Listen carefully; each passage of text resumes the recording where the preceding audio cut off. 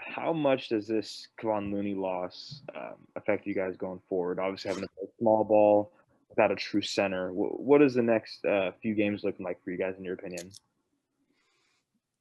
Uh, I mean, it's a tough loss. I don't know how long he's gonna be out, but obviously with Wise out and now Loon kind of extremely thin at the center spot, and it's gonna be by committee, obviously with Juan and EP and Draymond, and um, we obviously have rebounding, difficulties, so we're gonna have to continue to gain rebound and try to overcome those obstacles. But injuries are obviously a part of every season. It's just wild when one position kind of gets depleted like that. So we'll have to have a guy step up. Steph, Coach Kerr said that to him, you are the best Warriors players of all time. Does that generate pressure on you, or how do you take so much praise from your coach? It's very humbling. Obviously, I have a lot more left in the tank, and can hopefully add to that. But been around for 12 years and done some great things. So anytime you're in a conversation with Wilt, it's pretty surreal on all fronts. So a lot more to accomplish to hopefully add to that.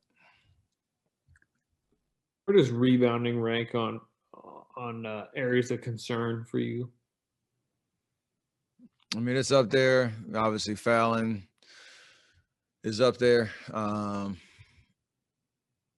think tonight we played extremely hard all across the board. They have, Tristan and Tice, who crash the glass every possession, really put pressure on you. And they dominate in the second half. But, it is a priority, for us, especially with the defense that we're able to play on, especially on the perimeter and force tough shots. You got to be able to rebound. And again, we always talk about it. It's kind of a broken record. It fuels our offense. And, obviously eliminating second chance points gives us a lot of momentum. So it's going to be even more important without, Wise and Loon, going forward for the next week or so.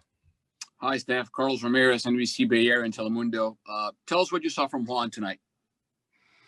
A lot of energy. It seemed like he had it all bottled up since the last time he was able to get out there, and it was great to see. He made his presence felt. He did that early in the season, and the whole two-way thing. Obviously, got to be strategic about the games that he can play, but he's proven that he's an NBA player, and he does it in a very unique way by just hustling, being physical, knocking out open shots when he has them. He's trying to make the right play, setting great screens. So he's kind of a Swiss Army knife in that respect, but his effort carries a lot of it just by itself. Steph, what is it you like about Juan? You seem to have taken a liking to him. You protested with him this summer. What do you find in him that is appealing to you? I mean, everything. He's a great dude. He has an appreciation for the grind that it's taken for him to get to this level. He has a spirit of representing Oakland, and playing for the hometown team for him it's got to be such a dope experience. But when it comes to on the floor, he plays hard. He's a smart basketball player, and he's reliable in that sense. And so he's worked for everything he's gotten and every opportunity. And now 2 years in a row with this two-way tag, he hasn't taken his foot off the gas pedal in terms of when his minutes are called or not, or when he's getting DMPs or not. He always has the same positive attitude, and that's says a lot about his upbringing and what makes him what makes him tick.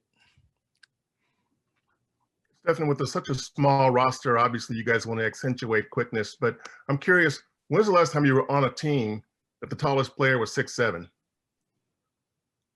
It's a great question. Even my high school team, I think we had a 6'9" guy at one point. So I don't remember. maybe JV. But it's one of those, it's the situation that we have, so we got to figure out how to kind of overcome it until we get our guys back, and we'll have guys step up ready to go. Hello, Steph. I would like to ask you, without James, without Kevon, how different will gonna be your game plan and your strategy on the court? And also, what did you see from Kelly Oubre tonight? Again, it's just gonna be next man up. It's part of the league. Injuries happen to every team, and being able to make adjustments and have guys step up, take on different roles, but have a focus on being physical will be huge for us, this next week or so. And that'll be important. What was your second question?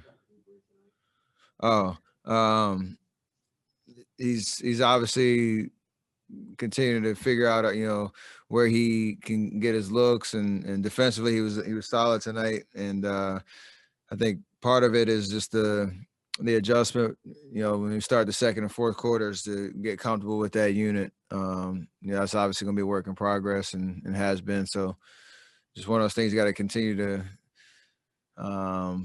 reassess after every game in terms of what you can do differently, and he'll figure that out. Steph, is small ball for an entire game, you think it's sustainable? Can you guys manage the energy over the course of a game? We got to make it work to our advantage and make ourselves hard to guard as well. So definitely, you obviously know you got to shore up the paint against rebounding and all those type of things, but take the circumstance and turn it into a positive and make ourselves really hard to guard across the court, and make teams exhausted running around with us. So kind of try to flip that on its head a little bit, with the lineups that we're going to have out there. Steph, are you in favor of the All-Star game, considering the schedule and how difficult is it for everyone? I mean, it's interesting because there's obviously a lot of logistics and protocols that we're already under with, trying to keep the game safe and keep players safe. And I know the league and player association are trying to figure that out. So I don't know exactly where that stands right now, but at the end of the day, it's about making sure we're safe, making sure, things are done properly. I know a lot of fans and guys, enjoy the All-Star game and the All-Star weekend festivities as they usually are. That won't be the case this year. So I'm sure it'll be, just one of the things you have to figure out. And I know they're doing that, going through that process right now. Steph, to follow up on what Marcus was asking about small ball, do you almost look forward to that challenge of having to play the way you're going to have to, at least for the next couple of weeks? I mean, nobody wants to see guys go down, but you look forward to trying to prove that you can win racing up and down the floor? We're going to have to. I mean, it's like I said, it's kind of the reality in terms of when injuries do happen. Things have to adjust, and like I said, you kind of have to flip it on its head. Everybody's going to talk about what we can't do with the small ball lineup, but we can focus on what we can do, and that's play fast, get everybody involved, ball can be moving, create chaos on both ends of the floor, and then figure out how you rebound and how you shore up the paint on the defensive end. So with Dallas and San Antonio, it'll be interesting because they do. I mean, Porzingis is huge, but they do play a lot of small ball too. So maybe that'll match up well for us. Steph, coach said a couple of days ago, jokingly, that you guys might have to sign Leandro on a 10-day contract if that came to happen. You know, Zaza is up for it. I saw him in the tunnel at halftime, and I told him his jersey was back there. We need like 2 minutes from him. And he said those 2 minutes would equal 2 pulled hamstrings. So he respectfully passed on that offer. Smart man. That's one thing he does. I was as a player. He was smart. So he didn't take the bait on that one.